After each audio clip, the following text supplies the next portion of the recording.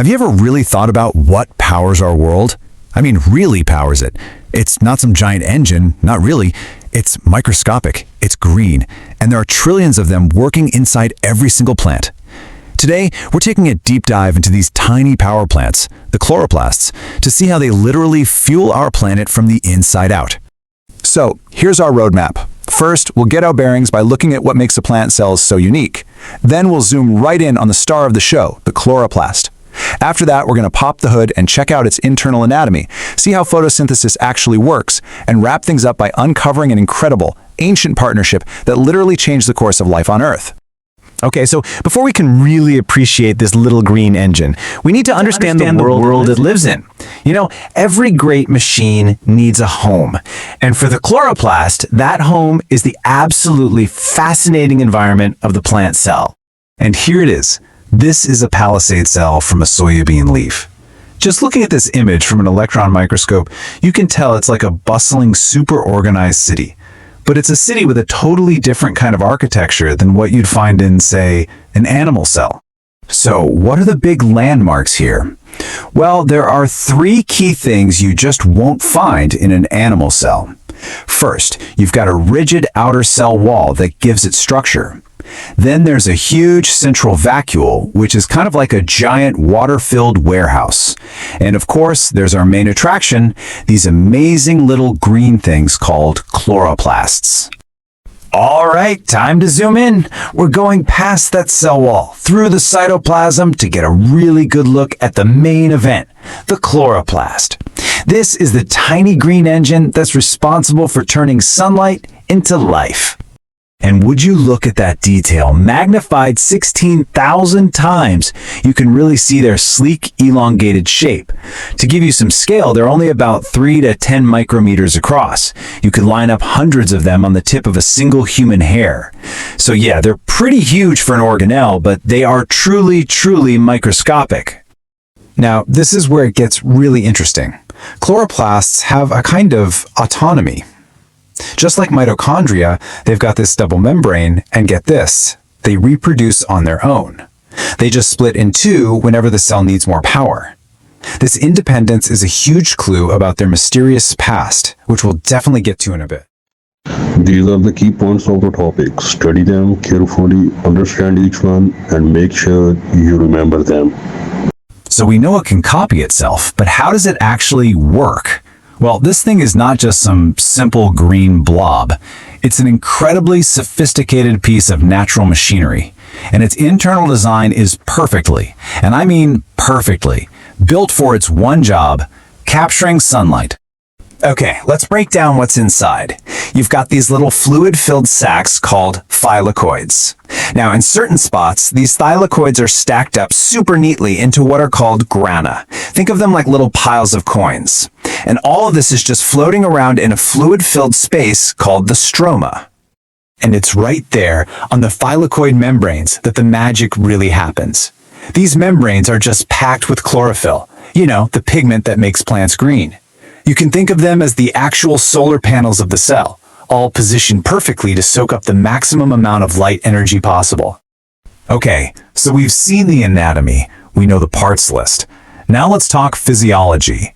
How do all these parts, the stroma, the grana, the thylakoids, all work together in this beautiful two-act play that we call photosynthesis? It all happens in two stages. First up is the light-dependent stage. This goes down right on those thylakoid membranes, those solar panels. Sunlight gets captured, it splits water, and it creates a bunch of chemical energy called ATP. Then comes stage 2, the light-independent stage, which happens out in the stroma. Here, that ATP energy is used to take carbon dioxide and turn it into sugars, the food that powers the plant and, well, pretty much everything else, including us. And the stuff coming out of this factory is profound. It is the foundation of almost every food web on Earth. It makes sugars that can be used for energy right away or stored as starch, like a little packed lunch for the cell. It also creates lipids, which are the essential building blocks for making repairs. It's a totally self-sufficient powerhouse. So remember how we said that chloroplasts seem a little independent? How they have their own DNA and replicate all by themselves? Yeah, that is no accident. Their internal machinery tells an evolutionary story that goes back billions of years. When scientists looked closer, they found something absolutely stunning. The machinery inside the chloroplasts didn't match the rest of the cell. For instance, their ribosomes, the little factories that build proteins, are a smaller 70S type. Now, the plant cell itself uses bigger 80S ribosomes. You know who else uses that 70S type? Bacteria. And just like bacteria, the chloroplast's DNA is this small circular strand. The evidence was just undeniable. This led to one of the most incredible ideas in all of biology, the endosymbiont theory. The chloroplast wasn't always part of the plant cell. Billions of years ago, it was its own organism, a free-living photosynthetic bacterium. At some point, it got swallowed by another cell, but instead of being digested, they formed a partnership, a symbiosis. These are the key points of the topic. Study them carefully, understand each one, and make sure you remember them. So the next time you look at a tree or even a simple blade of grass, just remember what you're really seeing. It's the result of an ancient pact, a partnership between two separate life forms that decided billions of years ago to work together. And that microscopic alliance happening inside trillions and trillions of cells right now is what continues to power our entire planet. Important terminology for this topic is shown on the screen, arranged according to various exam boards. These terms demand focused attention during revision as they are highly significant and must never be overlooked. Furthermore, a past paper evaluation is included for each board and paper format. Give this paper attention too, since it will strongly enhance and refine your preparation. Additionally, aims to grasp the meaning and usage of every term instead of rote learning them individually. Consistent practice of these terms in past paper questions will greatly boost your precision and overall exam results.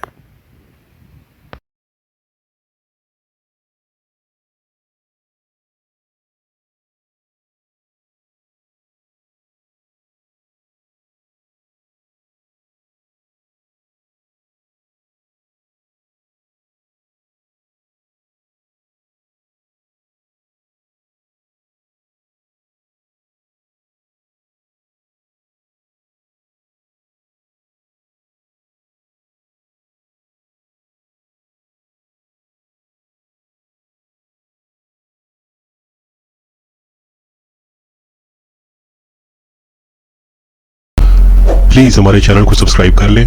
किसी बेहतरी की जरूरत हो तो comment करके लाजमी बताएं। हमारी वीडियोस को लाइक और शेयर भी लाजमी करें। शुक्रिया।